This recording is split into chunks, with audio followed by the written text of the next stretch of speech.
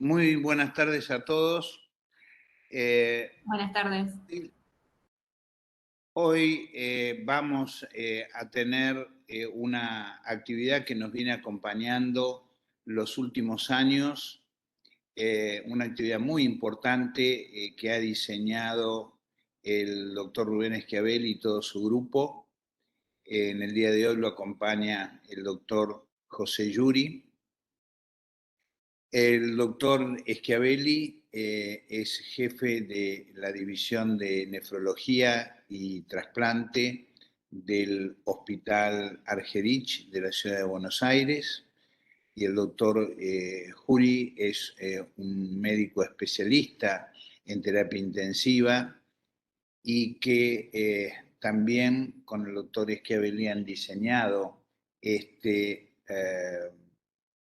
actividad que tiene como objetivo poder, y por eso se llama de devolución, poder mostrar a aquellas unidades de terapia intensiva o de emergencias que fueron capaces de generar un donante, qué es lo que sucedió con los receptores.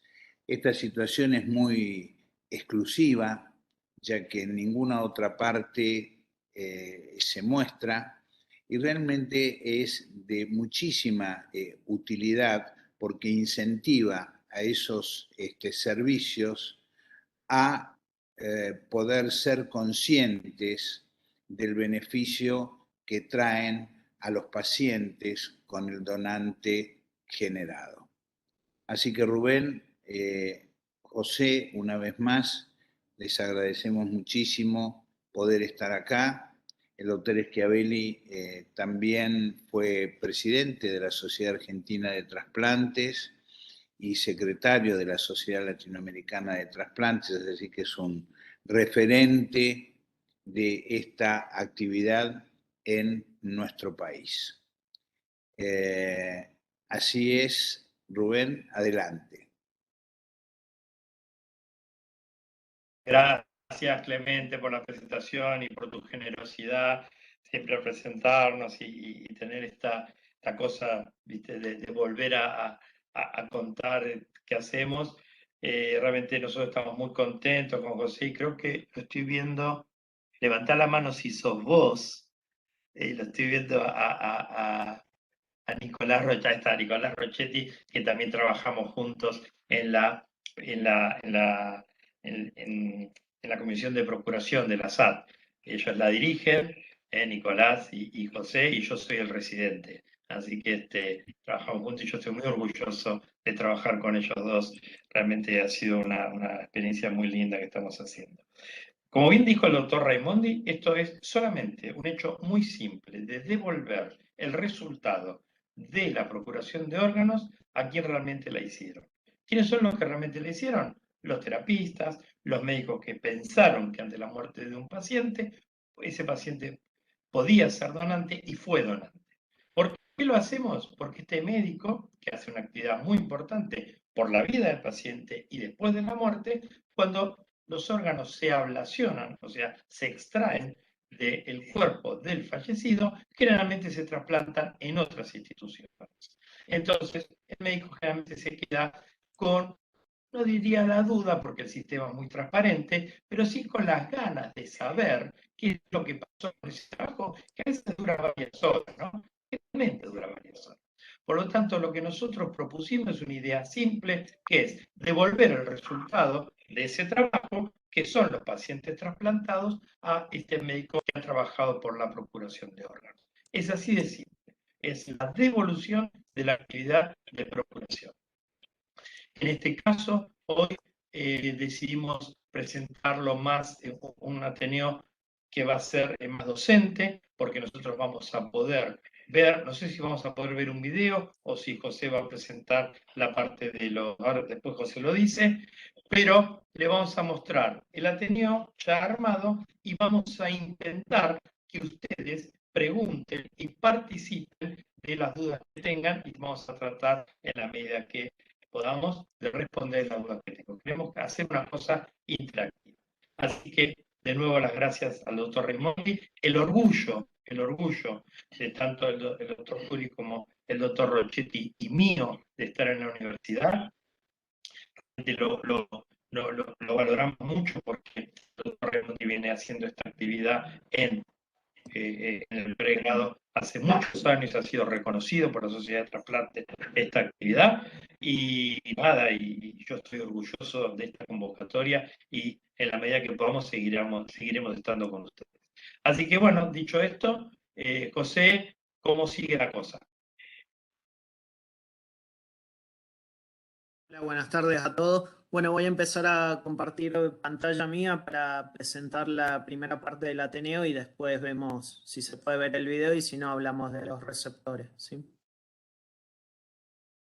Me tienen que hacer... Ahí te pasé como presentador, José.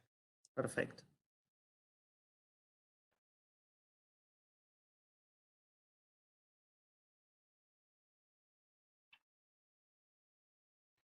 Me avisan si se ve. Perfecto. Ahí pongo... Bueno, Bien. ya me avisan, ¿sí? Porque tenemos algunos problemas de conexión hoy. Este es un Ateneo de devolución, como dijo el doctor Schiavelli, que lo presentamos el año pasado en el contexto del Día del Donante, el 31 de mayo. Una actividad muy linda que presentamos. Siempre que hay un Ateneo pediátrico, un proceso de donación pediátrico es muy movilizador y siempre nos produce ganas de analizarlo desde distintas partes, ¿sí? Así que, bueno, por eso quisimos presentar este Ateneo y nos pareció bueno presentárselo a ustedes también. Es un proceso de donación que se generó en el hospital donante, fue el Hospital de Niños Ricardo Gutiérrez de la ciudad de Buenos Aires. La jurisdicción que participó fue el Instituto de Trasplante de la ciudad de Buenos Aires, a la cual pertenezco yo. Y los distintos equipos de trasplante que participaron fueron el equipo de trasplante cardíaco del Hospital Central de Mendoza, el equipo de trasplante pulmonar del Hospital Universitario Fundación Favaloro, al igual que el equipo de trasplante hepático de la Fundación Favaloro, renopáncreas Fundación Favaloro y trasplante renal del Hospital Garrahan.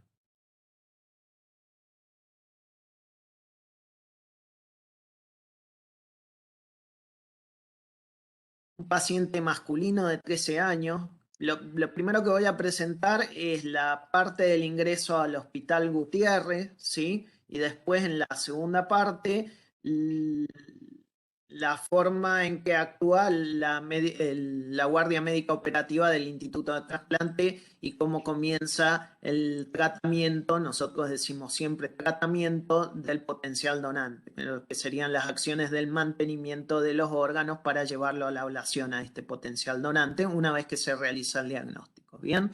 Pero esto es cómo llega el paciente en ese momento al Hospital Gutiérrez. Un paciente masculino de 13 años que ingresa en la madrugada del 14 de noviembre del 2020, situémonos, época de pandemia, ¿sí? Plena pandemia, derivado del Hospital Piñero por una herida de arma de fuego en la región orbicular interna derecha.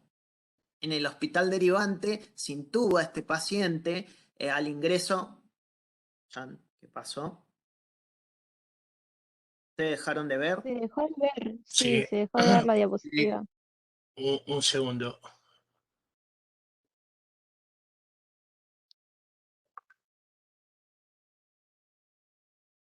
A ver, José, ahora. Vuelvo a compartir, hago todo de vuelta. Sí, por favor.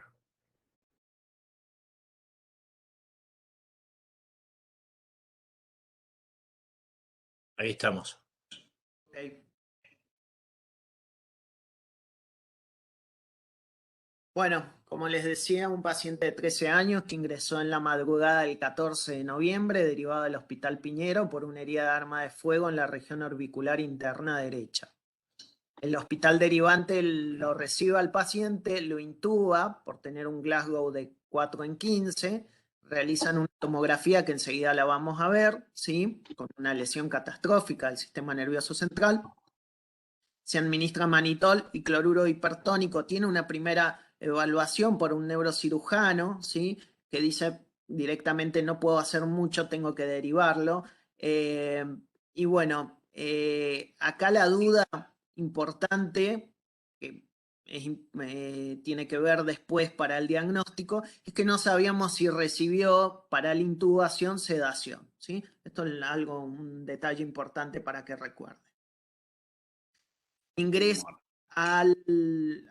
primero al servicio de emergencia y directamente ya a la terapia intensiva del Hospital Gutiérrez, donde se constata midriasis bilateral paralítica sin respuesta, protrusión del ojo derecho, epistaxis profusa. En un primer momento tenía leve dry respiratorio, pero después lo perdió. Esto fue cuestión de minutos, ¿sí? Y esto es otro de los conceptos importantes a tener en cuenta. La muerte encefálica puede ser que se instaure en segundos, ¿sí? No es que es algo instantáneo que vamos a tener al paciente con muerte encefálica. En este caso fue una lesión catastrófica del sistema nervioso central que se fue instaurando en pocos minutos, ¿sí? Y en estos largos minutos, pequeños minutos, digamos, se fueron perdiendo los reflejos de tronco encefálico, ¿sí? En ese momento se coloca un acceso vascular central, acceso arterial y sonda vesical. Se empieza soporte vasopresor, se hace la expansión con 2000 mililitros,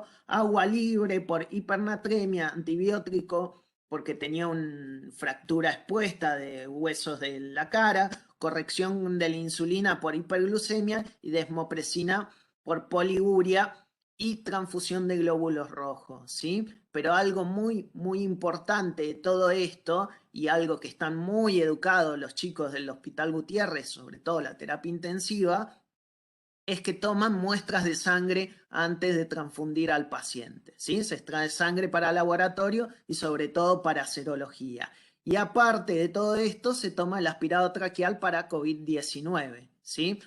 De todas maneras, se hace la interconsulta con neurocirugía sin conducta activa. Y bueno, ¿cómo se interpreta un paciente con una lesión neurológica catastrófica, ¿sí? Con un Glasgow de 3 en ese momento, ya de 4 a 3, ¿sí? Sin conducta neuroquirúrgica, directamente, ¿qué se hace? Se pasa a avisar al coordinador hospitalario de trasplante y aparte a la guardia médica operativa de la jurisdicción, que somos nosotros, el Instituto de Trasplante de la ciudad. Y también se da paso a la intervención del juzgado a cargo por como toda muerte violenta. Importante de todo esto, también nosotros sabíamos, ya nos habíamos enterado desde el momento del traslado, que iban a trasladar a un chico con un Glasgow de 4 con una lesión neurológica grave, ¿sí? Algo muy, muy importante para nosotros. Entonces ya avisamos a las coordinadoras del Gutiérrez y las coordinadoras del Gutiérrez avisaron a la guardia de que iba un paciente con una lesión neurológica muy, muy grave que probablemente iba a ser un potencial donante. Entonces, desde un primer momento, ese paciente con lesión neurológica grave, crítica, se lo empezó a ver como un potencial donante, ¿sí? Eso es muy, muy importante. Esta es la tomografía al ingreso, ¿sí? Vemos la entrada del orificio de la entrada del arma de fuego, donde vemos, bueno, edema generalizado en todo lo que es el sistema nervioso central. Lamentablemente no son buenas las imágenes, pero es lo que tenemos: desplazamiento de la línea media, hipodensidad del tronco encefálico, hemorragia en la cisterna, deformidad del hemisferio derecho, focos contusivos múltiples y fractura parietal derecha, ¿sí?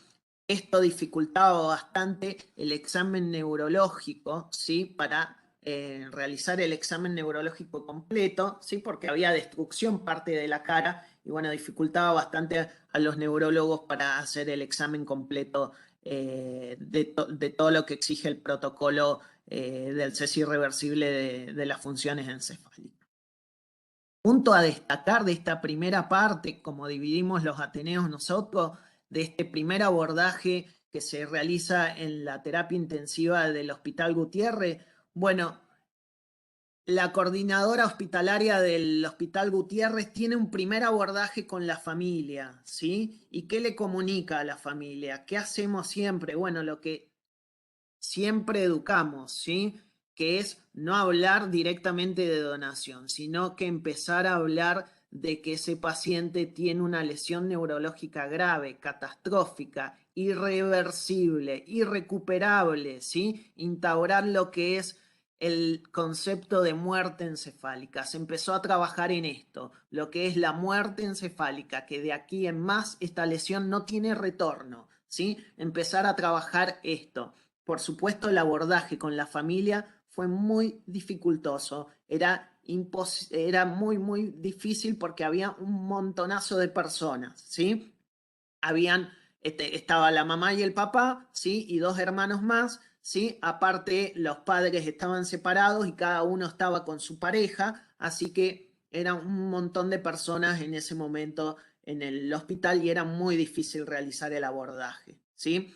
Pertenecían a un barrio vulnerable, con varios convivientes en la misma unidad habitacional, acompañados en todo momento por la expareja del padre también. Había una expareja que no era la mamá del chico, sino otra expareja del padre, que tenía muy buen vínculo con la pareja actual del padre y también con la mamá.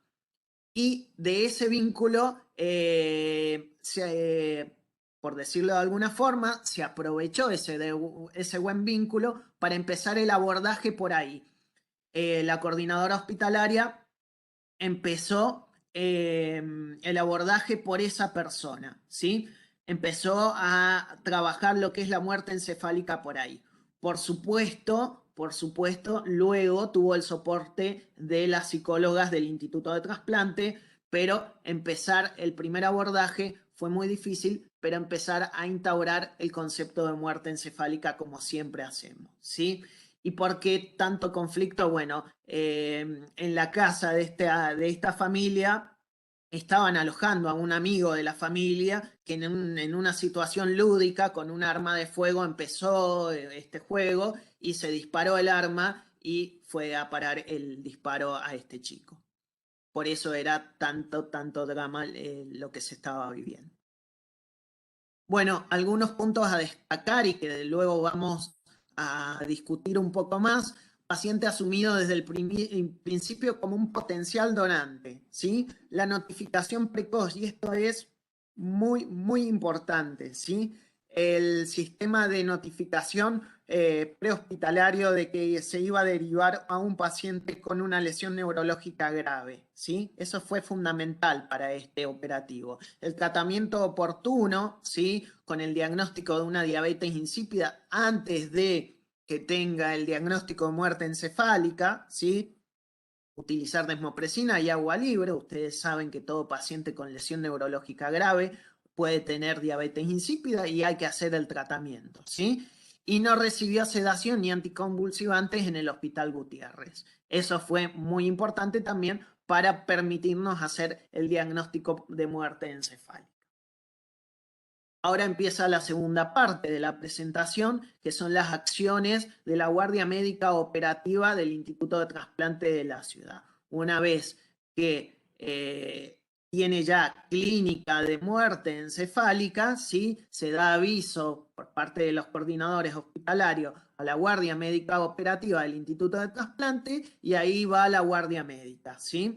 La Guardia Médica llega, evalúa al paciente, clínica de muerte encefálica, pero como quedaba duda de si había recibido sedación o no en el momento de la intubación y estábamos a 2 o 3 horas nada más que se había derivado, ¿sí? Se prefirió hacer el diagnóstico de muerte encefálica con un método de flujo. ¿Qué método de flujo utilizamos? Doppler transcraniano, ¿sí? Luego en la discusión vamos a hablar un poquito por qué preferimos hacerlo con método de flujo, pero en este caso fue por Doppler transcraniano porque quedaba duda si había recibido sedación o no. Bien, esto fue entonces la presentación de la Guardia Médica. Se interpreta como un traumatismo encefalocraniano por herida de arma de fuego. Llega a la muerte encefálica por esta causa. Un masculino de 13 años, grupo A positivo, con una talla de 173 centímetros y un peso de 50 kilos, una diuresis de 250 mililitros en la última hora, con una diuresis total de 4.300 mililitros en las últimas 10 horas. Muy importante esto para cuando distribuimos riñones, ¿sí? Tener estos datos, ¿sí? Sin hipotensión arterial, pero con soporte vasopresor, noradrenalina entre 0.03 y 0.05 gamas, ¿sí? Un mantenimiento de 19 horas. Si bien hicimos un abordaje muy rápido de todo lo que fue el proceso de donación, ¿qué nos demoró? Bueno, todo lo que fue el proceso judicial, ¿sí? Esto nos demoró bastante. Algo que en 5 o 6 horas ya teníamos todo más o menos preparado, los tiempos judiciales no nos acompañan, ¿sí? Así que se prolongó todo 19 horas. Algo que en 6, 7 horas, a lo sumo 8 horas, se podría haber terminado, ¿bien? Y infecciones no tuvo, por supuesto, por las pocas horas que tuvo, una sola dosis de antibiótico y nada más. Bien, esto es muy importante a tener en cuenta y ojalá siempre lo tuviéramos cuando distribuimos un órgano y los equipos de trasplante pudieran acceder a esto, ¿sí? Que son las curvas de mantenimiento, sobre todo para qué, para ver que no tuvo en ningún momento de las 19 horas de mantenimiento hipotensión sostenida, ¿sí? Ustedes saben que aparte del enemigo número 1 de la viabilidad de los órganos que se van a ablacionar, que son los tiempos, ¿sí? También la hipotensión es una de las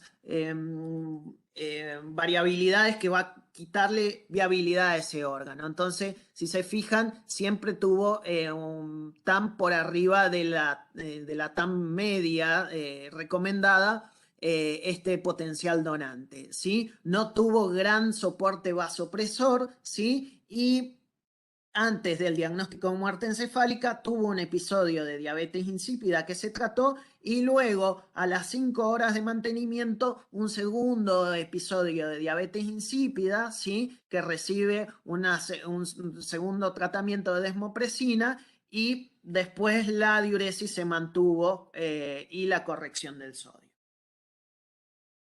Este es el laboratorio, ¿sí? Laboratorio, un hematocrito de 35 con 23.300 blancos. Recuerden que una vez que se instaura la muerte encefálica, produce una respuesta inflamatoria sistémica en el organismo y por lo tanto una leucocitosis marcada, ¿sí? Esto no quiere decir que el donante estaba infectado, ¿sí? Sino que estaba inflamado. Esa es una respuesta, una diferencia importante a tener en cuenta. Un medio interno con una ligera alcalosis metabólica, pero nada más que eso, un sodio de 153, que fue el máximo que tuvo, potasio de 3.6 y un fósforo de 2.7, uremia de 15, creatinina de 0.77 y glucemias de 110.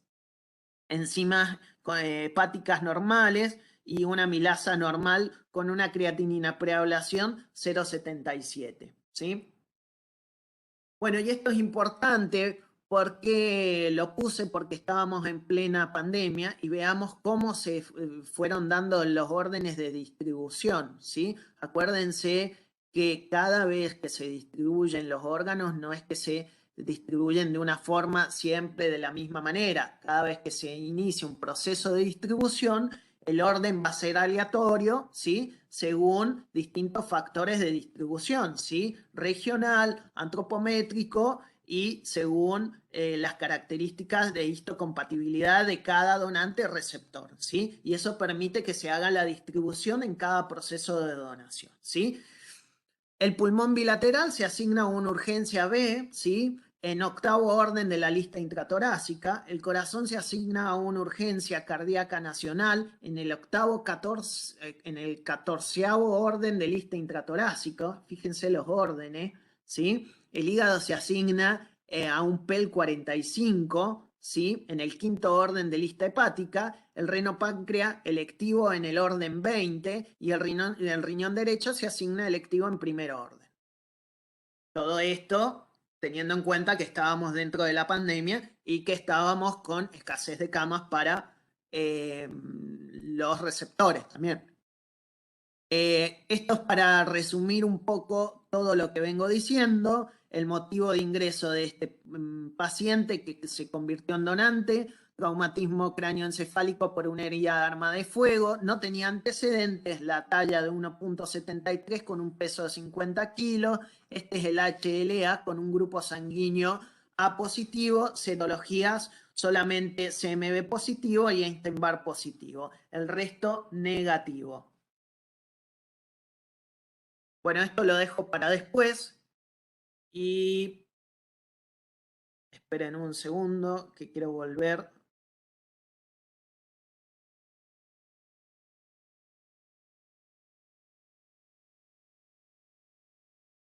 Bueno, vamos a hacer, no sé, Rubén, si vos tenés algo de los receptores, si no, intento pasar el video, que creo que no se va a ver, pero lo intentamos. Estás muteado. Rubén, te paso como presentador. Está muteado. Dale.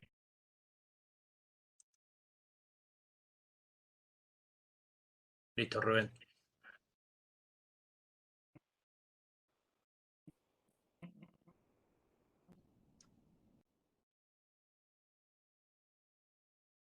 ¿Se ve algo?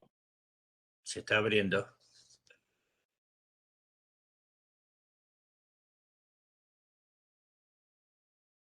¿Qué se ve? Se está abriendo, Rubén. Bien.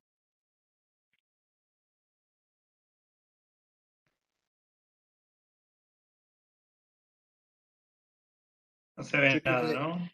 No, Quiero- se ve toda la pantalla gris. En el caso Bueno. mío. Sí, Clemente, yo veo ahora, no hay problema. Sí, Clemente. No, quería destacar la rapidez con la cual se pudo trabajar este donante, teniendo en cuenta de que también es habitual que una de estas situaciones puede llegar a durar hasta días. Aquí en 9 horas estaba en condiciones de que si no fuera por el atraso del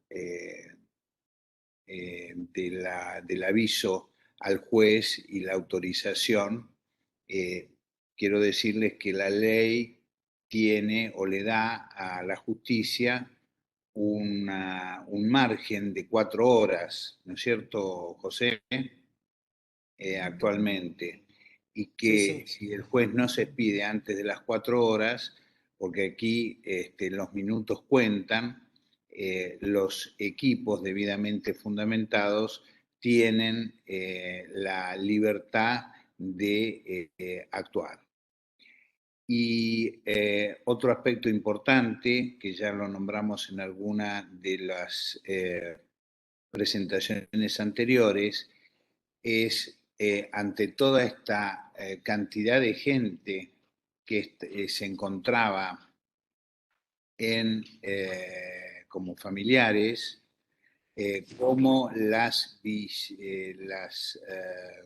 coordinadoras de donantes identificaron a aquella persona que sería, la podríamos denominar un líder de la familia, y a ella se abocaron a poder tratar un tema tan difícil.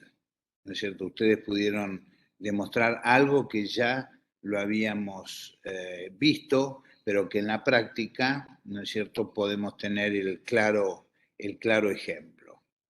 El resultado ya lo sabemos porque sabemos la cantidad de órganos que fueron procurados, así que tengan en cuenta eso.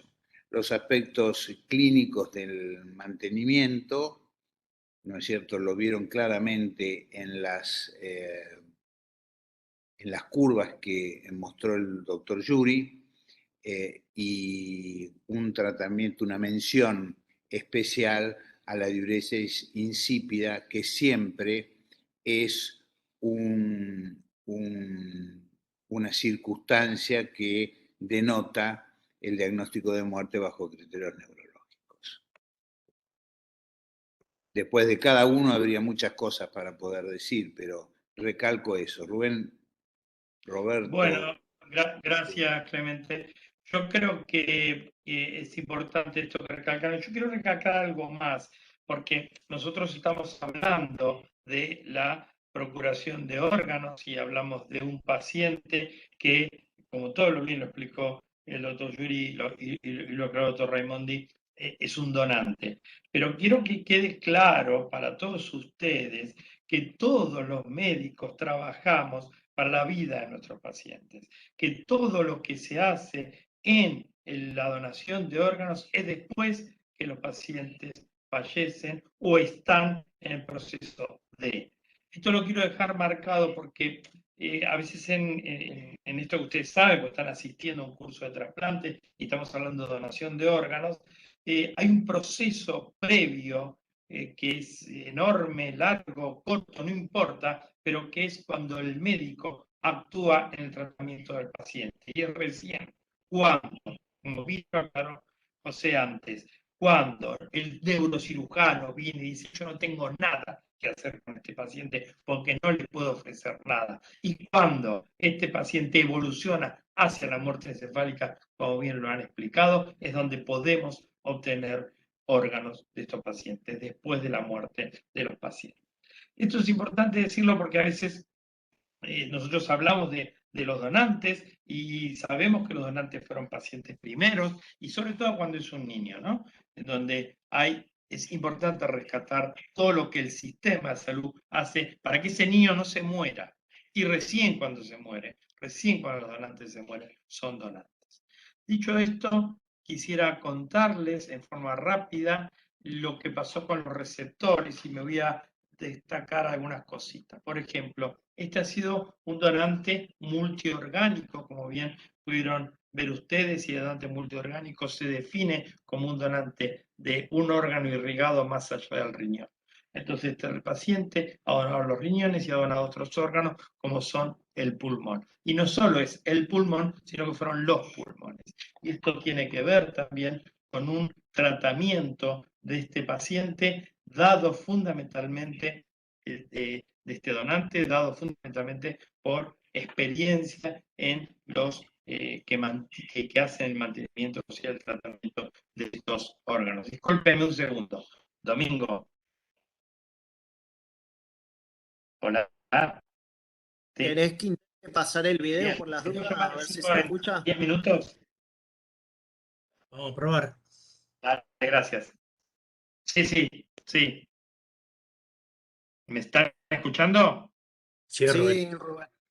Bien. Bueno, entonces, el primer receptor de pulmón es un paciente de 31 años, es un hombre que tiene un grupo sanguíneo A. Entonces ustedes me dirán, ¿y por qué ven el grupo sanguíneo? Porque nosotros distribuimos por grupo sanguíneo compatible. ¿Quiere decir esto? Quiere decir que 0 le da a todos, A le da a la A y a la B, B le da al B y a la B, y a B le da a la B. Igual que las transfusiones de sangre.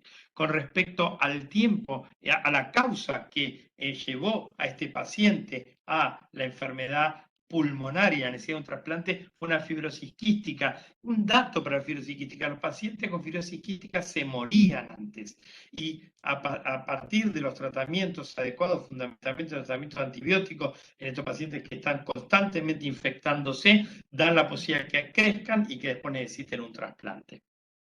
Este paciente era un paciente que estaba con oxígeno dependiente en su casa, con 6 litros de oxígeno, y hacía 935 días, o sea, algo así como 3 años en lista de espera, y empeoró el último tiempo. Tenía un compromiso pancreático, como bien lo puede dar esta enfermedad, y además había tenido, pobre, una herida de arma de fuego, lo que le había llevado a una restricción intestinal. ¿Qué es lo que le ofrece la medicina a este paciente? Ponerle pulmones nuevos, pulmones de un donante que, como bien describieron antes, tuvieron una isquemia de 11 horas y 18 horas, perdón, y 1 hora, 6 y 2.7 horas para trasplantar el pulmón, y tuvieron una evolución realmente buena, satisfactoria, con un pulmón nuevo y con un paciente que se fue de alta. O sea que el primer trasplante, el primer receptor, fue un receptor de pulmón que anduvo bien. el trasplante de hígado, o sea, también se le sacó el hígado y se pudo poner en otra institución a otro paciente, un paciente femenino de 4 años, que tenía, como todos saben, los trasplantes en niños chiquitos son para atresia de vías biliares, había recibido un trasplante siendo muy chiquita de un donante vivo relacionado. Recuerden cuando hablamos de donante vivo relacionado en hígado, y es un niño, generalmente son sus padres los que lo donan, y donan el hígado, que sería la parte izquierda del hígado. Esto en manos expertas, como tenemos en Argentina, es una cirugía controlada. No es lo mismo cuando un donante adulto le tiene que donar un receptor adulto, porque ahí la parte del hígado que le tiene que dar el donante vivo que estoy hablando es la parte del hígado derecho, y la parte del mundo.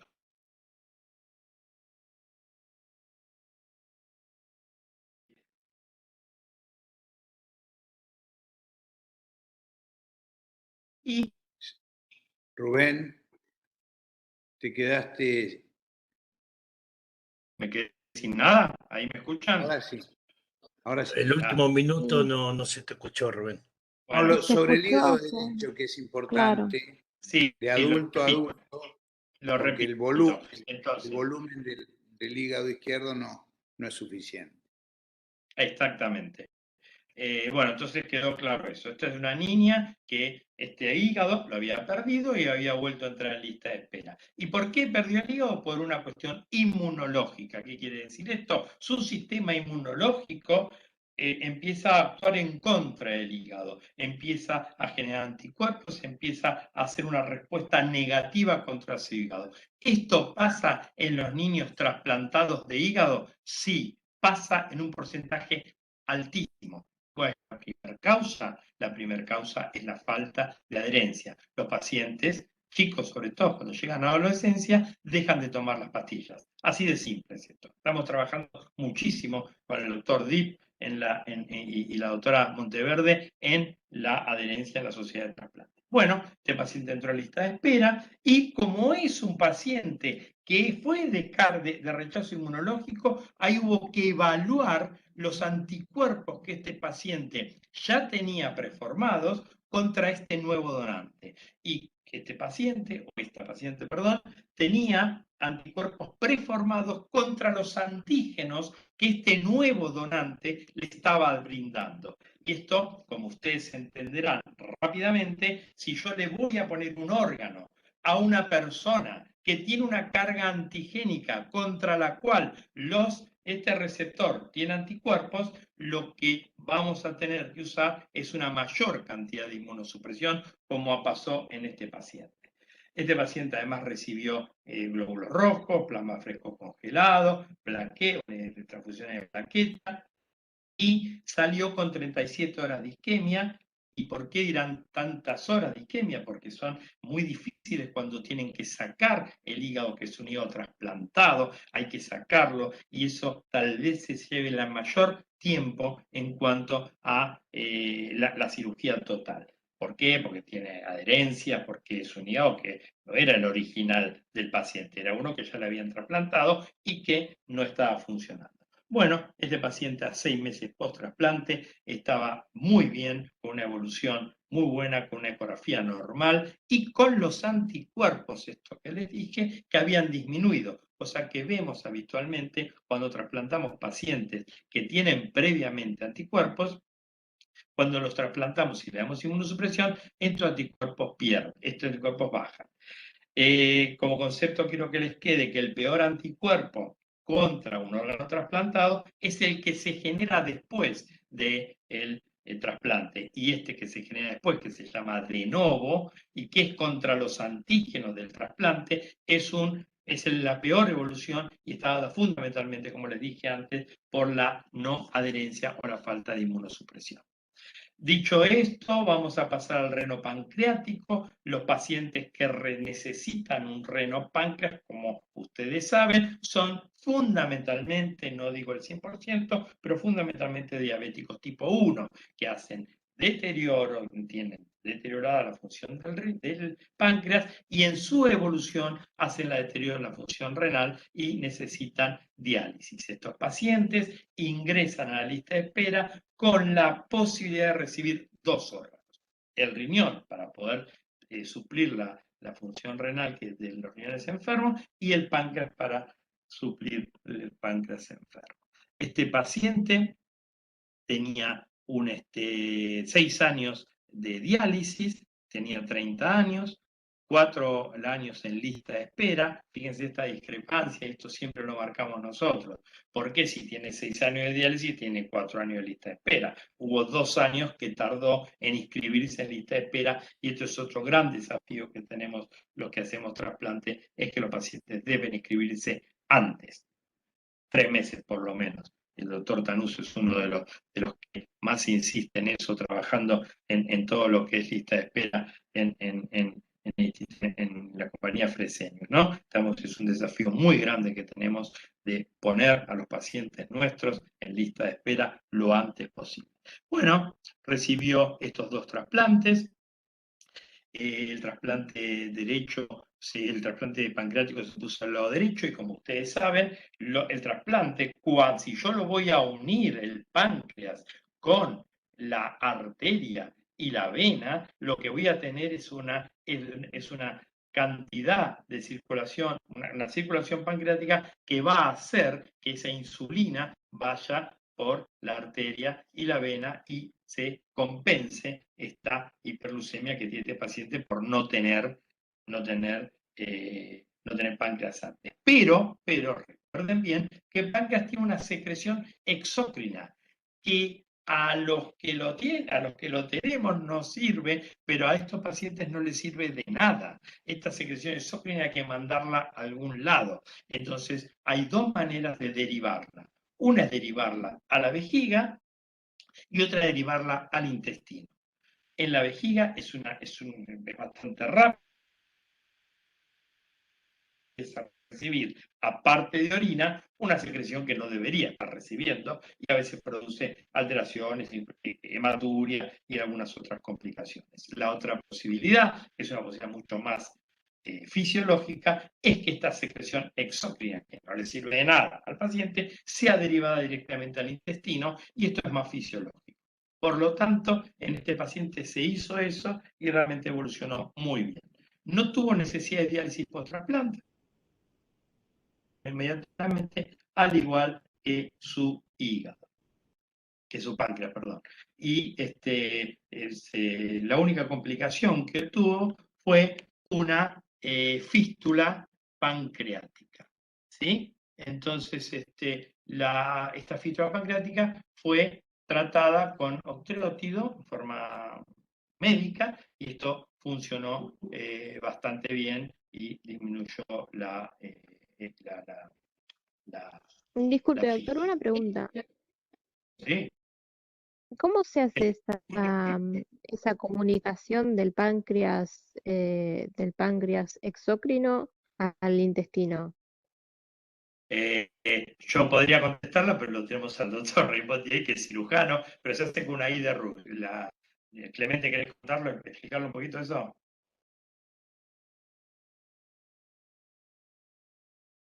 Bueno, no sé si está ahí, pero les cuento. ¿Me Perdón, escuchan? me olvidé que estaba Estaba muteado. muteado, perdón. El páncreas es el páncreas total, no es un páncreas segmentario como se utilizaba antes, bloqueando la secreción exócrina con cianocrilato. Después se veía que la fibrosis que eso generaba afectaba el páncreas endocrino. Esta es una técnica que desarrolló Duvernard en el Hospital Necker de París y que ya fue abandonada. El páncreas total es en la ampolla de Vater, vamos a tener un teórico de eso, se conecta directamente a un sector del intestino en donde se realiza una I de Rux, que ya la deben de haber visto ustedes para otras patologías en cirugía, y obviamente lo que es páncreas endocrino está limitado a la circulación general. El gran problema, además de las fístulas pancreáticas que tiene el trasplante de páncreas, es la trombosis vascular, sobre todo la trombosis venosa. Pero tienen muy buenos resultados aquellos centros que lo realizan en todos aquellos diabéticos tipo 1, aunque en los diabéticos también tipo 2, con repercusiones en otros órganos, blanco, también se está empezando a utilizar en los últimos años. Siempre la diabetes tipo 2 tiene que tener digamos, una repercusión en los órganos blancos que justifique el procedimiento. ¿Está claro? Perdón, Perfecto, puedo, gracias. Clemente, una aclaración. Vamos a hacer justicia. El profesor Dubernard, los primeros trasplantes pancreáticos fueron no en el Necker de París, sino en el Herriot de Lyon. Eduardo Herriot. Ahora sí, con neoprene y listo, aclarado. Bueno, gracias a los dos. Yo imagínense que estando el doctor Raimondi no voy a hablar de cirugía, así que gracias Clemente por la explicación. Bueno, entonces estábamos con esto de que este paciente evolucionó bien y no evolucionó con necesidad de diálisis post-trasplante, quiere decir la DGF. O sea, no tuvo retraso de la función del injerto. Esto es muy importante porque nosotros hemos visto que los pacientes que tienen necesidad de diálisis post-trasplante, o sea que el riñón no arranca enseguida, lo que vemos es que, por supuesto, necesitan la diálisis, pero además tienen peor evolución a largo plazo, tanto del paciente, tanto el injerto como del paciente. Así que realmente no hubo problemas. El otro injerto, otro trasplante que se hizo fue un trasplante renal. O sea, recuerden, hasta ahora 2 pulmones, el hígado, un riñón que fue con el páncreas y un riñón que fue solo. Y acá es importante destacar que al ser un donante de 18 años, perdón, de menos de 18 años, un donante pediátrico, lo primero que el sistema establece es que se distribuya entre pacientes pediátricos, y esto fue un paciente pediátrico. Bueno, y el último órgano que se trasplantó, a lo mejor habría que haberlo planteado primero, pero no importa, es el corazón. Y el corazón, ahí el doctor Juli me está mandando algunos datos que me faltaban, era un receptor de 38 años y la causa ahora se las voy a decir, insuficiencia cardíaca. Vamos a preguntarnos por qué un paciente de 38 años tiene insuficiencia cardíaca, y uno puede pensar en que tiene que ser una patología propia del corazón o sea, del miocardio, o una patología isquémica. No es común una patología isquémica en un paciente de 38 años, pero en este caso hizo un IAM masivo, o sea que habría que ver qué antecedentes cardiovasculares tenía y qué riesgo cardiovascular tenía para que a los 38 años necesitara un trasplante cardíaco.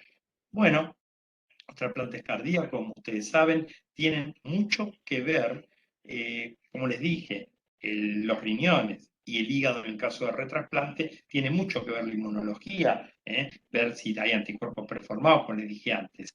En el corazón y en el hígado de inicio, la inmunología a veces no tiene tanto que ver, y lo que tiene más que ver es el tamaño. Yo no le puedo poner en un corazón chico a alguien que es muy grande. Entonces, esta paridad que buscamos de tamaño, que se hace a partir de las medidas antropométricas, son las que definen si un paciente, además de estar necesitando un corazón, ese corazón que le estoy ofreciendo le va a alcanzar para todo su cuerpo, recordando que es un donante pediátrico. Bueno, no hubo ningún problema en cuanto a las medidas antropométricas, y este corazón, desde el punto de vista de su masa muscular, le alcanzaba y pudo ser trasplantado en Mendoza. Cositas sobre el trasplante cardíaco, fundamentalmente que tenemos que tener en cuenta cómo llega el paciente, que en realidad no es el trasplante cardíaco, esto es de todo, cómo llega el paciente al trasplante. El paciente tiene que estar enfermo, pero tiene que estar lo suficientemente enfermo para necesitar un órgano, pero lo suficientemente sano para poder aguantar, entre comillas, un trasplante. ¿Qué quiere decir sano? Bueno, tiene que tener enfermedades infecciosas activas, esto vale para todos los trasplantes, y tienen que tener una expectativa de sobrevida aceptable.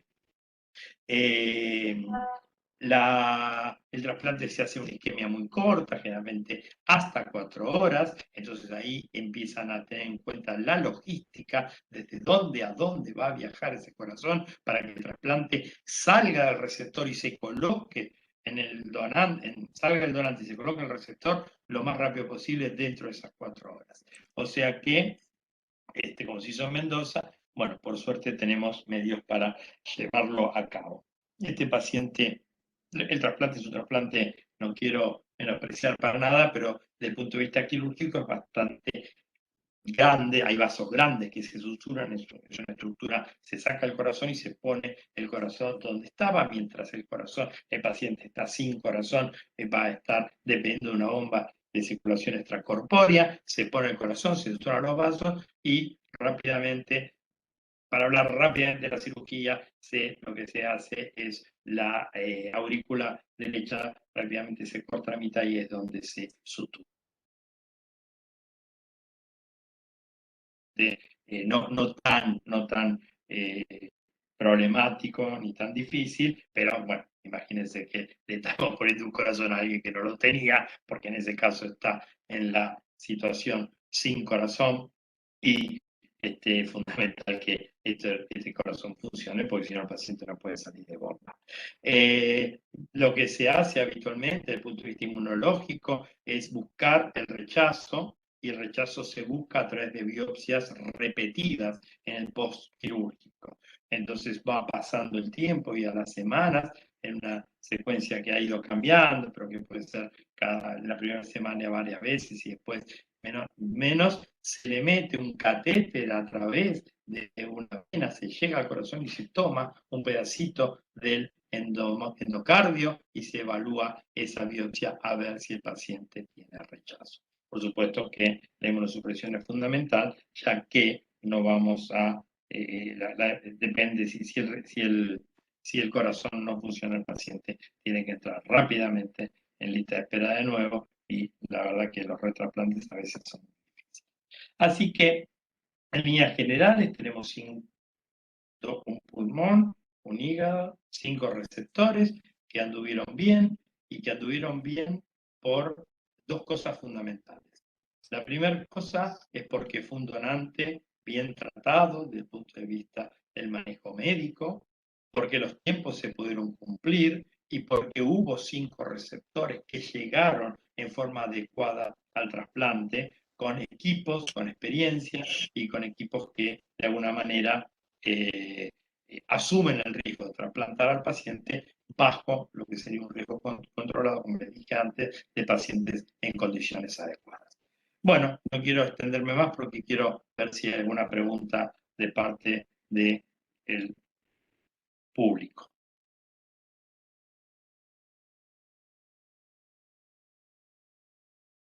O alguna aclaración de parte de mis colegas.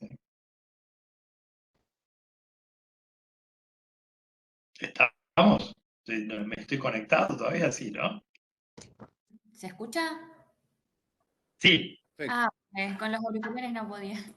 Te iba a preguntar si la biopsia esa que dijiste que se tomaba del corazón una vez que habían hecho el trasplante, se hace también con el resto de los órganos, para ver si hay... Bueno, es muy buena pregunta esta, Florencia.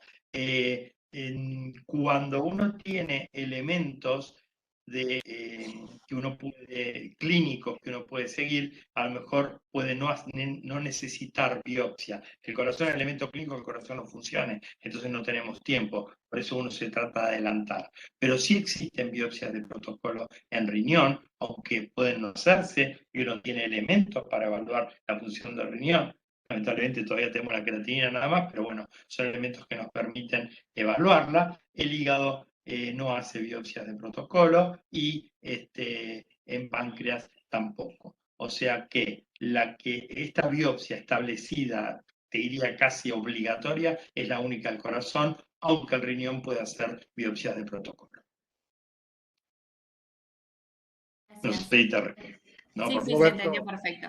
Roberto nos puede ilustrar un poquito, Rubén, de su actuación en el Hospital Édouard Herriot, en Francia, cuando hacía el seguimiento con la punción aspirativa y analizaban la celularidad, ya que es un mecanismo de obtener tejido mínimamente invasivo, ¿no? Aunque en trasplante renal también hay grupos que tienen biopsias de protocolo, sobre todo para la identificación del rechazo subclínico. Cuando se empezó todo esto, el rechazo tenía clínica, levantan la temperatura, tenían dolor, el riñón aumentaba de tamaño. Desde el advenimiento de un potente inmunosupresor como la ciclosporina, que ya lo van a ver, los rechazos en un 90 o más por ciento son subclínicos y la única forma de poder detectarlos es a través de una biopsia. Es por eso que algunos grupos, nosotros no lo hacemos, pero hay algunos grupos que hacen biopsias seriadas que le permiten en estados precoces, mucho más precoces, diagnosticarlo y tratarlo. ¿Es así, Rubén? Es así, y nosotros tampoco lo hacemos, pero es muy interesante esto que contás de la función aspirativa de la experiencia de Roberto. No sé si él quiere contar algo de eso. Bueno, hay una... sí, ese fue un procedimiento para que los chicos se tengan idea. La biopsia renal se hacía con unas agujas que eran bastante traumáticas, eran prácticamente como una aguja de tejer y bueno, teníamos riesgo de hacer fístula y complicar con...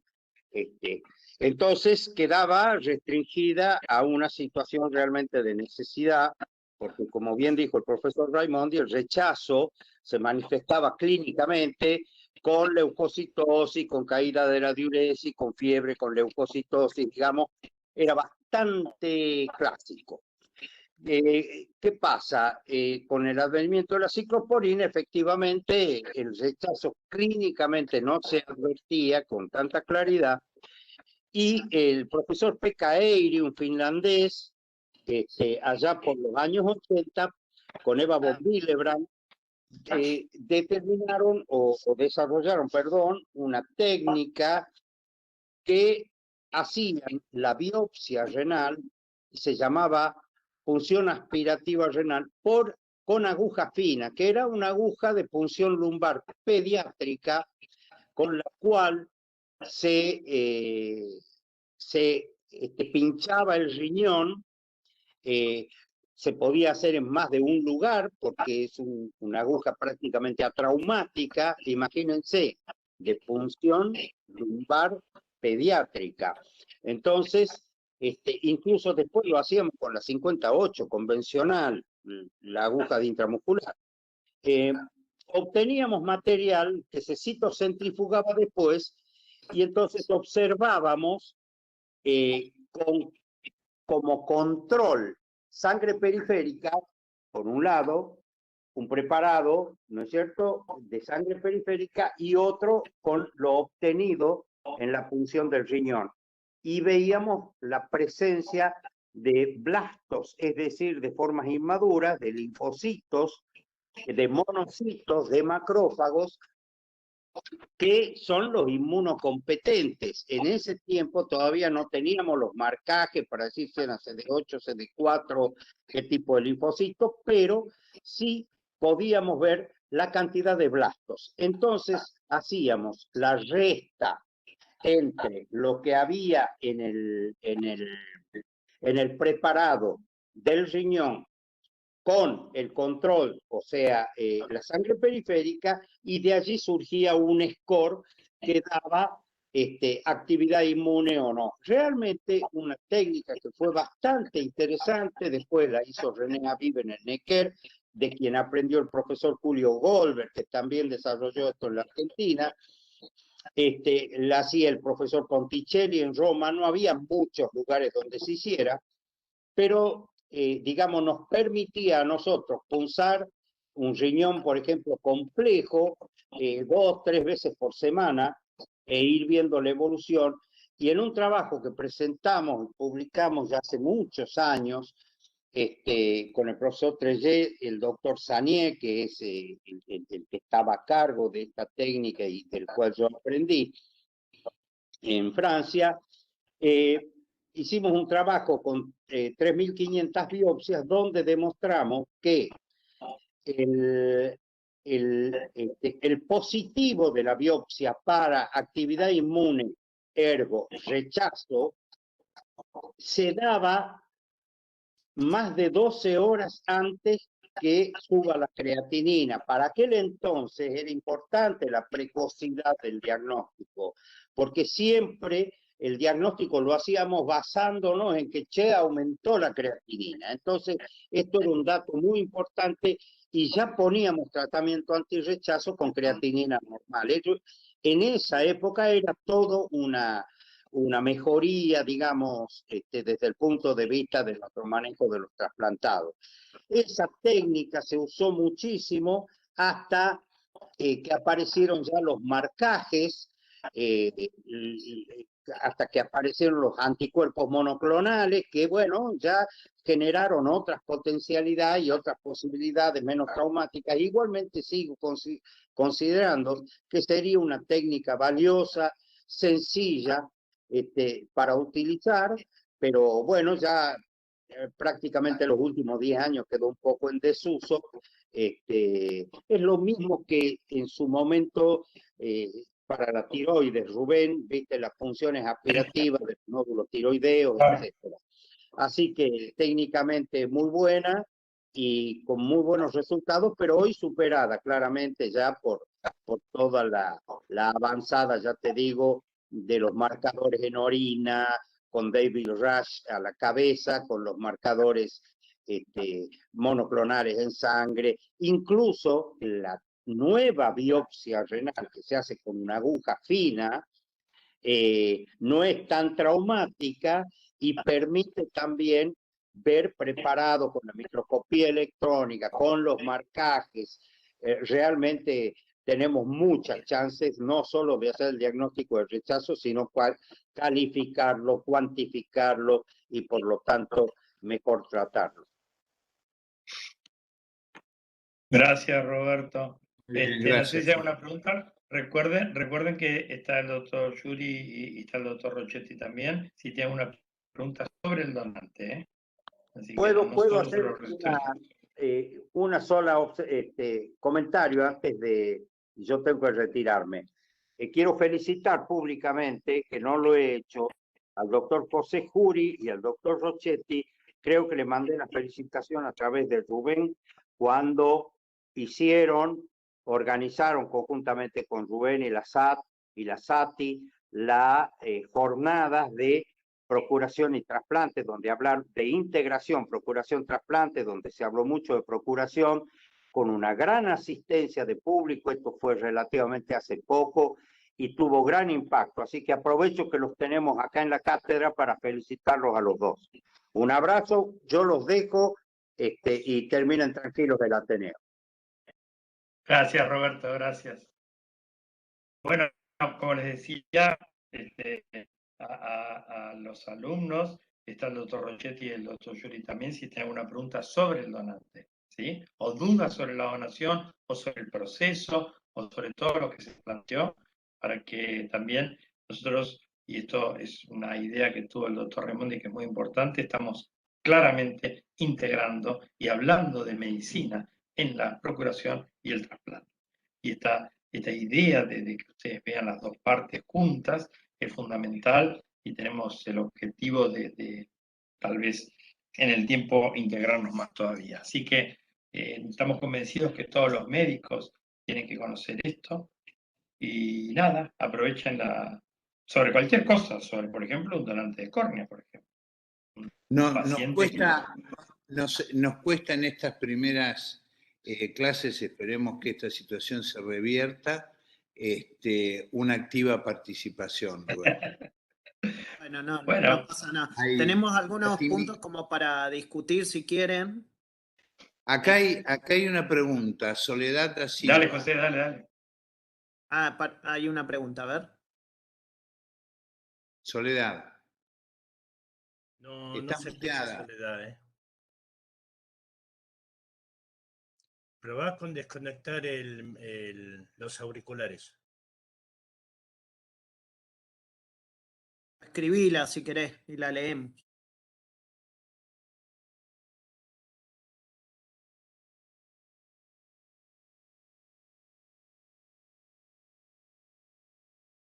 Yo mientras que ella escribe, puedo hacerte una pregunta. Problemas para conectarnos José a la red. y Sí, Nicolás, doctor. en el Instituto de Trasplante de la Ciudad de Buenos Aires, la jurisdicción de la Ciudad de Buenos Aires, ¿cuántos coordinadores hospitalarios formales tienen en las instituciones? Bueno, hoy en día hay en 18 instituciones públicas y privadas coordinadores hospitalarios formados, cierta formación, hay 18 coordinadores hospitalarios, que son Bien. médicos, psicólogos, instrumentadores, tenemos variedades. No, pero yo me refiero a la figura del coordinador hospitalario de trasplante, como lo conocemos de acuerdo al modelo español, ¿no es cierto? En donde Claro, bueno. ellos pueden llevar todas las etapas de la procuración, salvo, por ejemplo, la extracción o forman parte del diagnóstico de muerte, ¿no es cierto? Así, formales en el sentido de que son reconocidos, están integrados al sistema de salud y son adecuadamente remunerados por su trabajo. ¿Cuántos hay? Ninguno, entonces. No, Esto, ninguno. yo, más allá de esto, es por lo que venimos discutiendo en las primeras clases sobre la necesidad de la formación de los coordinadores hospitalarios, ¿cierto? Con esas condiciones que hemos dicho recién. Cuando yo no sabía esta realidad, pero cuando me dijiste 18, yo digo, bueno, estoy viviendo en otro planeta, porque desconocía que hubiera 18 coordinadores de acuerdo al concepto que nosotros hemos formado de ellos.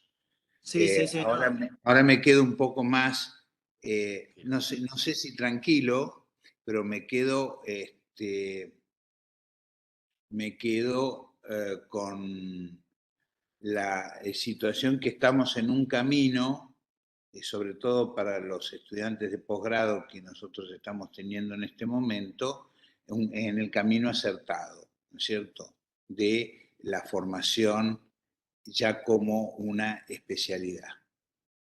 Les agradezco. Yo le voy a responder de una forma, me parece que está bien el coordinador hospitalario, pero lo que creemos nosotros también es que esto es algo institucional. O sea, el coordinador hospitalario tiene que estar, ¿sí? Tiene que estar.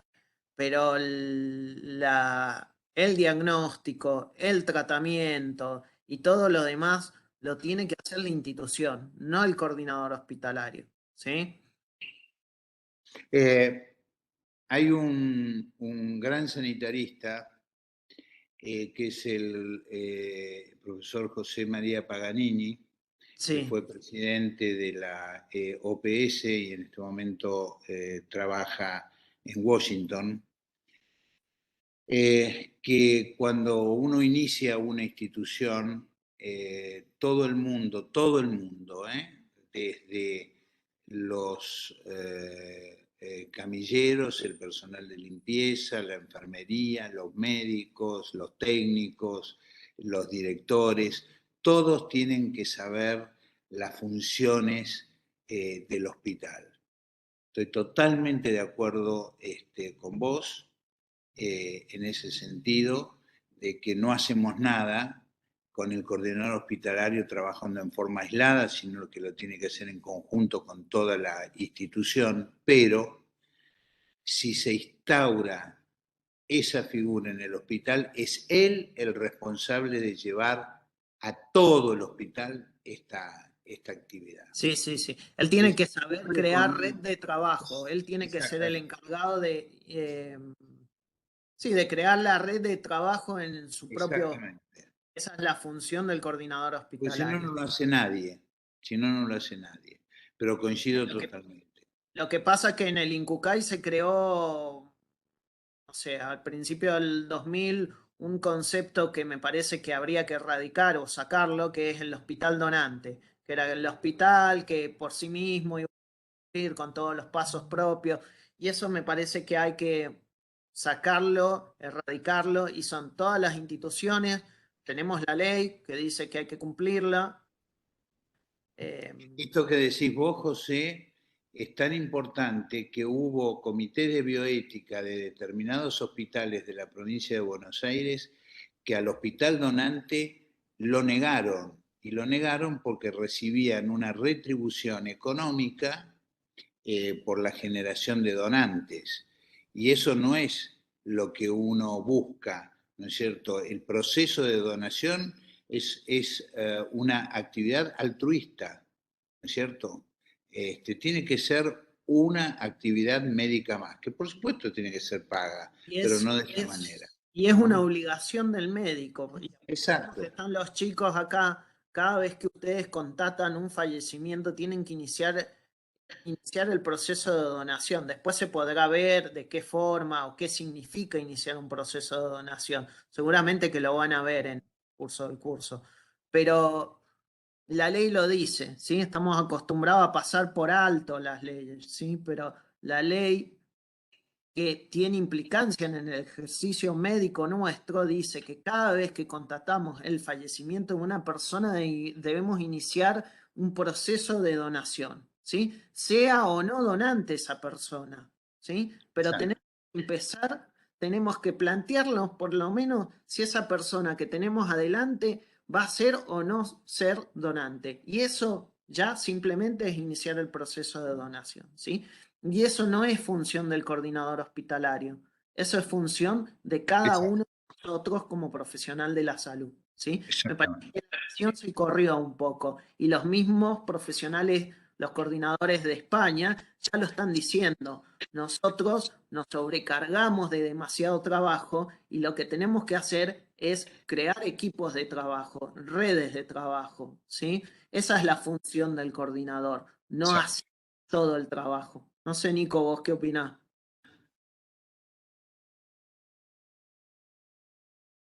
Estás muteado, Sí, Nicolás. Buenas tardes. Un gusto estar y compartir este espacio. Gracias, Clemente, por la invitación.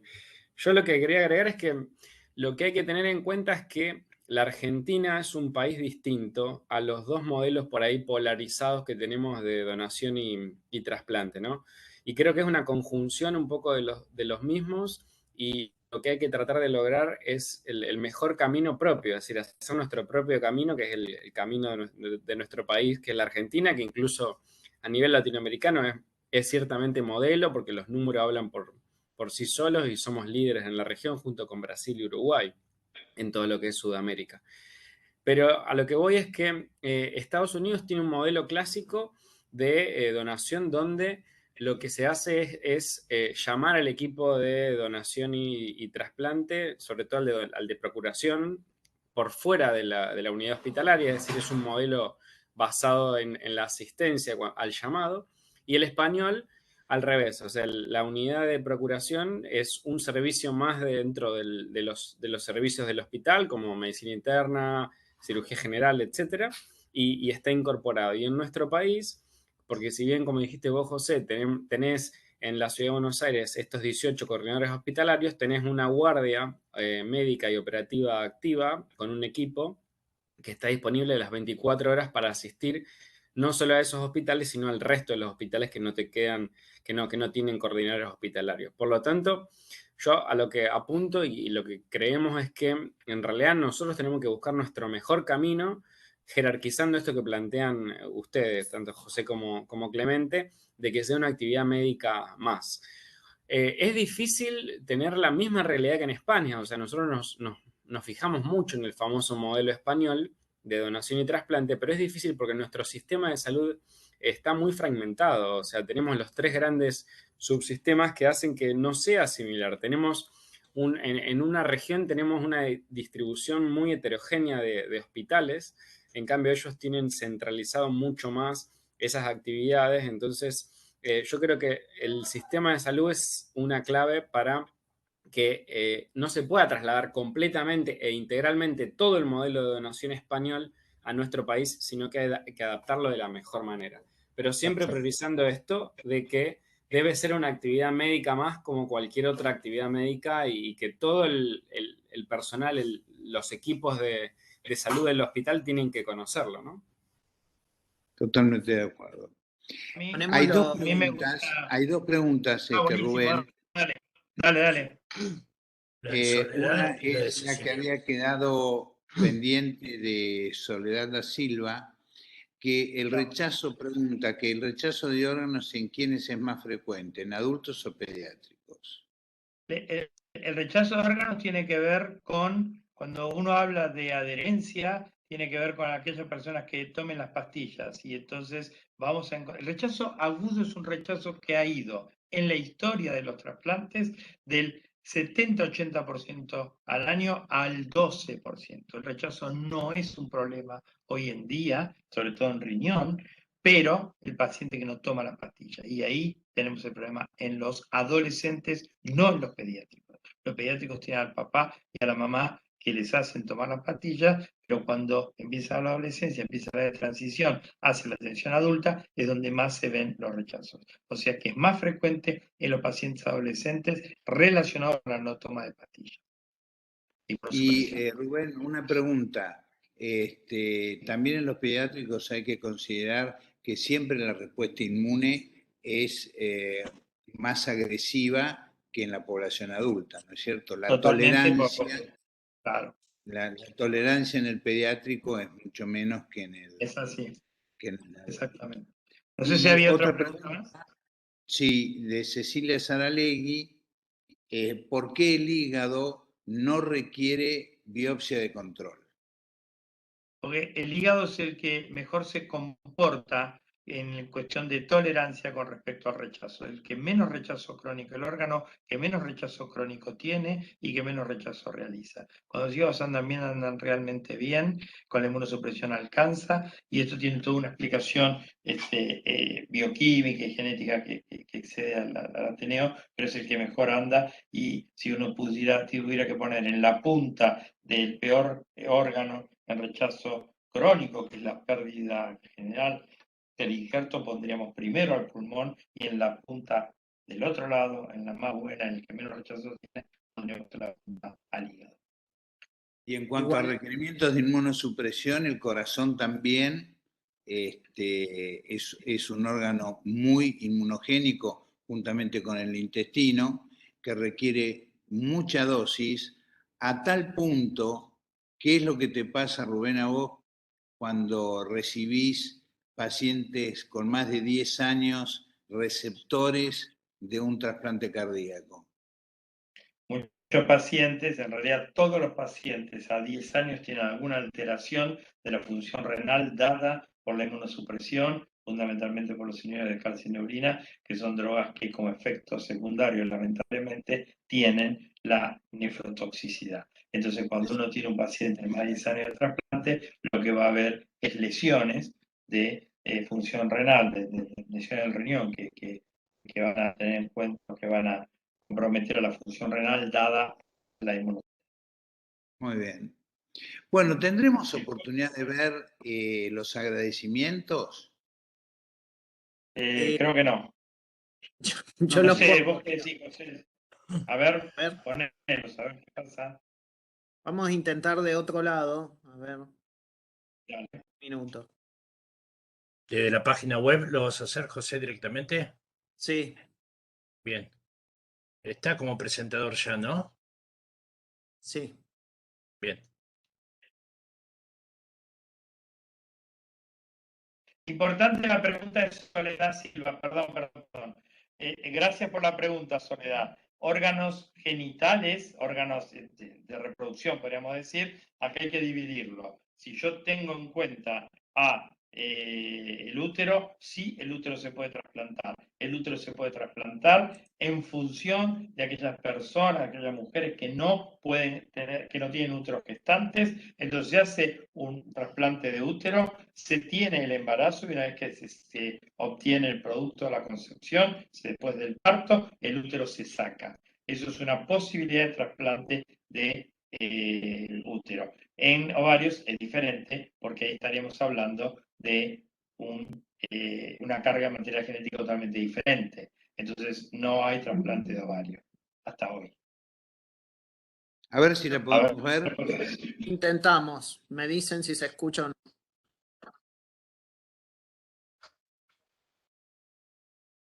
No. No.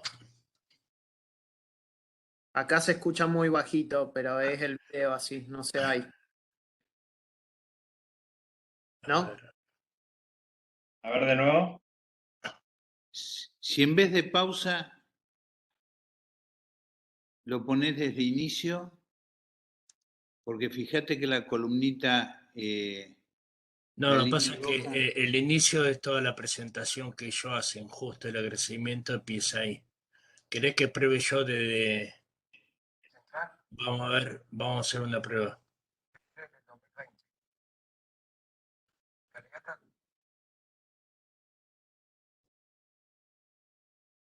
A ver.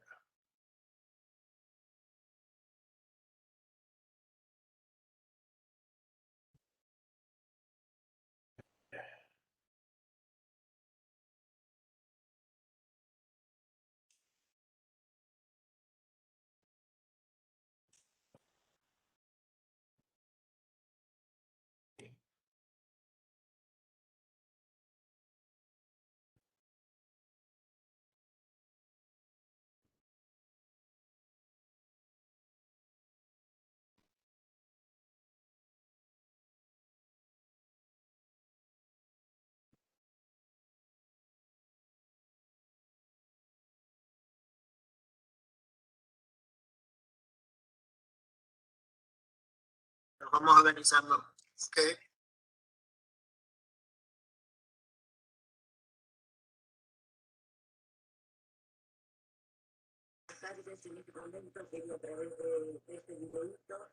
¿Se escucha?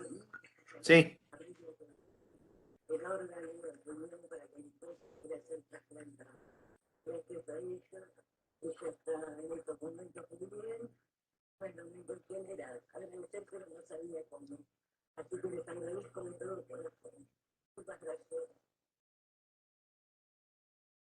Hola, mi nombre es Walter Javier Montenegro, tengo 39 años, fui trasplantado en el Hospital Central el 15 de noviembre del 2020 por una insuficiencia cardíaca afecto de un infarto masivo. Estoy muy agradecido de todos los médicos y contento de todos los médicos de INCAIMED y del Hospital Central, que han accedido a mis trasplantes de corazón. Al cirujano Sergio Felices, el jefe de cirugía, y a mi doctora Magalí Rubí. Muchísimas gracias, agradezco todo. No tengo palabras más para decirle. Estoy muy contento. Bueno, mi nombre es Verónica Pérez. Fui trasplantada el 15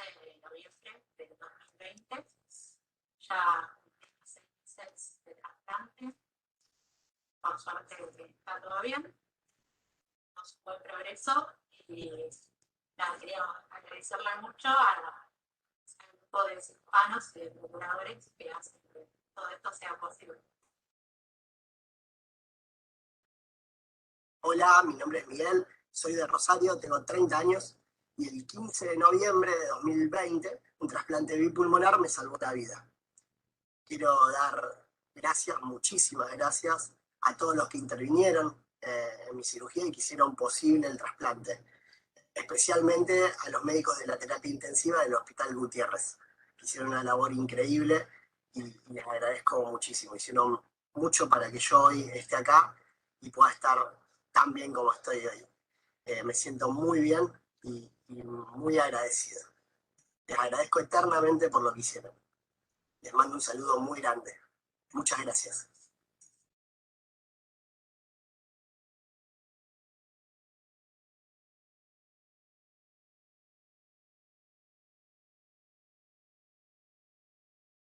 ¿Sigue? ¿Alguno más?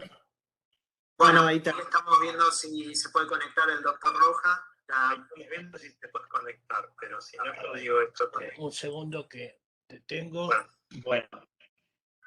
No, está, me parece que... Gracias, Luis. Acá me contó el doctor Rojas la razón de esto que plantea el doctor Mandolesi y vamos a plantear una reunión específica para eso, ¿sí? Para poder explicar... Está bien, Gonzalo, listo. Entran todas estas situaciones de violencia de género y de chicos maltratados. Así podemos hacer una reunión que puede ser así grande como un Ateneo y tocar estos temas específicamente. Ahí ya Bueno, está. José, ya terminó ahí. Bueno, Ahí ya terminó. Yo tengo Yo creo- que agradecer, como siempre, al soporte técnico de Sati. Podemos cortar, soporte y Gonzalo. todo lo Ah, que nos perdón. da Cortalo. permanentemente a la comisión directiva. Ahí está.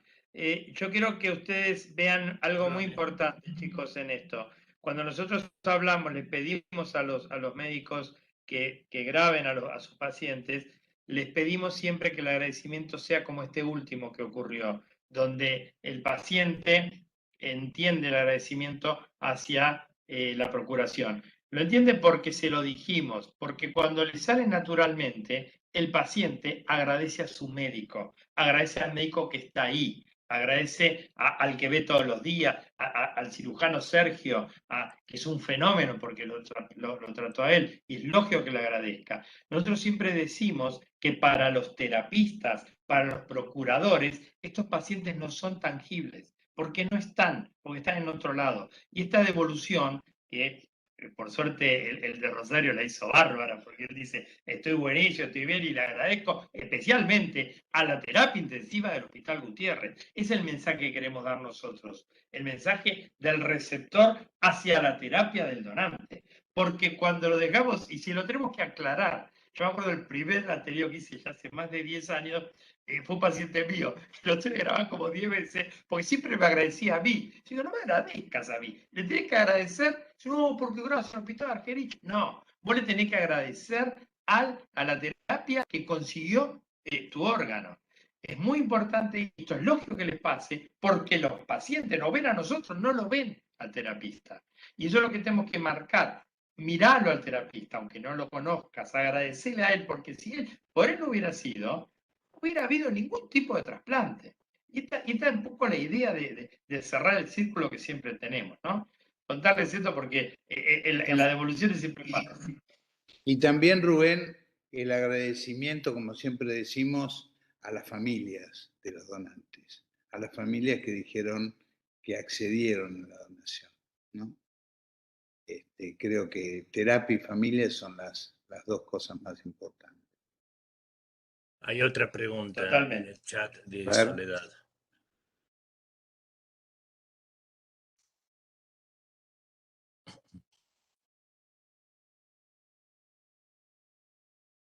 Otra pregunta.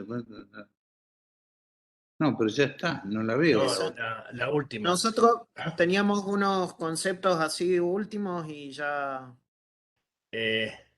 Si se puede trasplantar órganos genitales No, pero femeninos. ya lo contestó Gonzalo eso. Ah, perdón. Gonzalo, Rubén, para compartir pantalla y... Bien, a ver. dame un segundo.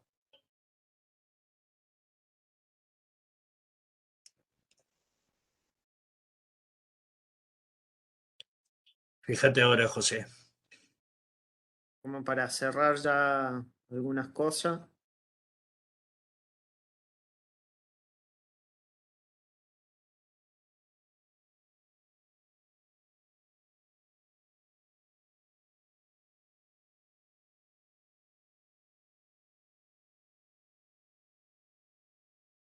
Bueno, esto era el resumen, ahí habíamos quedado antes de hablar de los receptores, ¿sí? Y algunas cosas que queremos remarcar porque elegimos este operativo, si bien tuvimos las dificultades técnicas que uno ya se está acostumbrando, digamos, a la virtualidad, pero tiene estos problemas. Pero en este operativo salieron todas las cosas que tenían que salir, salieron bien, ¿sí? Entonces lo elegimos para que se lleven estos conceptos. Mensajes y conclusiones. ¿Por qué cómo se hizo el diagnóstico de muerte encefálica? Bueno, acuérdense que el diagnóstico de muerte encefálica siempre se tiene que hacer con una causa conocida, ¿sí? Que lleve una lesión conocida, que produzca la muerte encefálica, las precondiciones clínicas para el diagnóstico de muerte encefálica y un método instrumental o método complementario de diagnóstico para hacer el diagnóstico de muerte encefálica. Dentro de los métodos complementarios tenemos electrofisiológico y de flujo sanguíneo cerebral. Dentro de los de flujo sanguíneo cerebral tenemos el Doppler transcraniano, ¿sí? Y acá elegimos el Doppler transcraniano por la facilidad y la posibilidad de utilizar el Doppler más rápido y aparte porque estos métodos de flujo no se ven influenciados por las drogas, las drogas depresoras del sistema nervioso central. Entonces, como nos quedaba duda si en la intubación habían podido utilizar sedación o no y queríamos hacer todo bastante rápido, bueno, utilizamos el Doppler transcraniano, ¿sí? Eso es uno de los puntos que queríamos remarcar. Otra de las cosas que queríamos remarcar, bueno, el tratamiento y la optimización del tratamiento del paciente neurocrítico. Todo paciente con lesión neurocrítica tiene que ser tratado de la misma forma. ¿Por qué? Porque todo paciente con un Glasgow de 7 tiene una probabilidad de que evolucione a muerte encefálica y sí, imagínense que de 10 pacientes que tengo en la terapia intensiva con Glasgow 7, 3 van a evolucionar a muerte encefálica. De 10, 3 van a evolucionar a muerte encefálica. Por supuesto no son números redondos, pero son números esquemáticos para que se los lleven a casa, ¿sí? De esos 3, uno recién va a transformarse en donante real. ¿Por qué? Porque tengo que aplicar todo esto, la optimización del tratamiento del paciente neurocrítico. No importa si es donante o no, ¿sí? Y acá lo vimos bien esquematizado en este proceso de donación. Antes de tener el diagnóstico de muerte encefálica, este paciente tuvo diabetes insípida, se trató, ¿sí? Luego tuvo el diagnóstico de muerte encefálica, volvió a tener diabetes insípida y se volvió a tratar, ¿sí? Entonces se optimizó el tratamiento del paciente con Glasgow 7, luego diagnóstico de muerte encefálica, se optimiza el tratamiento del potencial donante y obtenemos un donante real, ¿sí? Otro concepto importante a llevarse a casa, ¿sí? Y algo importante de lo que venimos trabajando y que queremos que esto quede grabado, la institucionalización del proceso de donación, ¿sí? Y esto es una de las cosas que queremos que quede grabado en las nuevas generaciones, ¿sí? La derivación prehospitalaria. Bueno, no lo conseguimos todavía esto, ¿sí? Pero hay redes todavía, y no puedo decir en Ciudad de Buenos Aires, pero todavía hay algunas personas que se oponen a esto, pero tenemos también personas que están a favor de esto. Y justamente alguien que manejaba en ese momento la derivación prehospitalaria de este paciente nos avisó: estoy derivando un paciente con Glasgow de 7 al Hospital Gutiérrez, y nos ayudó activar toda la cadena de alarma, ¿sí?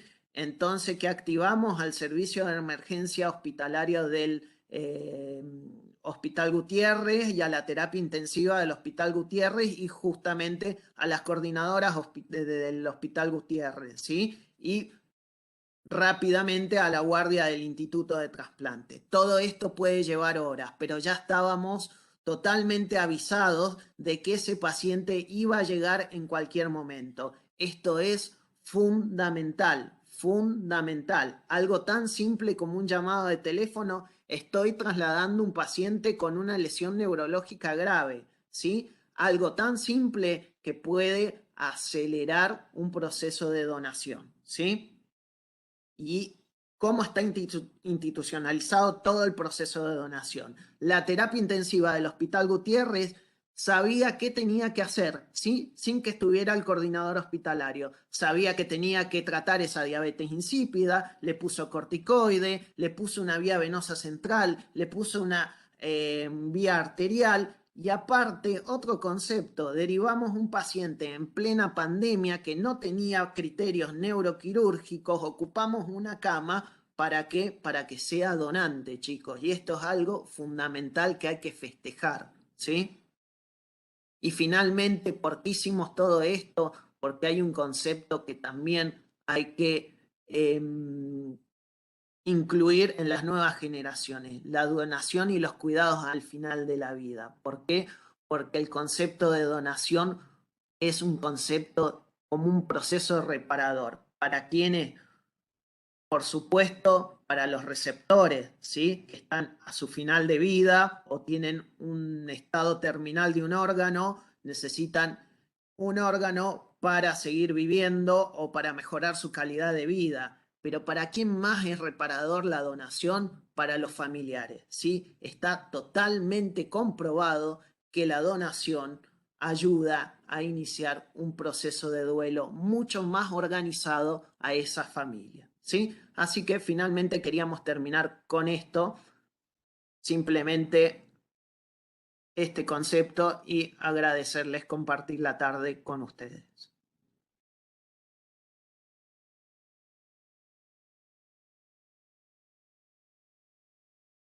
Estás muteado, Clemente. Satisfacción con la presentación. Les agradecemos muchísimo, tanto al doctor Dolcetti, al doctor Yuri y muy especialmente al doctor Schiavelli, que forman un equipo fantástico para todo esto. Y esperemos que en el próximo poder tenerlo con esa parte tan emotiva y motivadora del agradecimiento de los pacientes. Así que ya nos vamos a encontrar. Avísanos cuando sean presenciales y nos vamos para allá, ¿eh? Bueno, perfecto. Muy bien. Con todo gusto. Bueno, que tengan un buen fin de semana todos y volvemos a nuestros docentes principales del día de hoy a agradecerles su presentación. Hasta luego. Gracias. Gracias. Nos vemos. Gracias, Gonzalo. Hasta el miércoles, chicos. Gracias, hasta luego. Chao, Roberto. Chao, gracias. Chao, chao.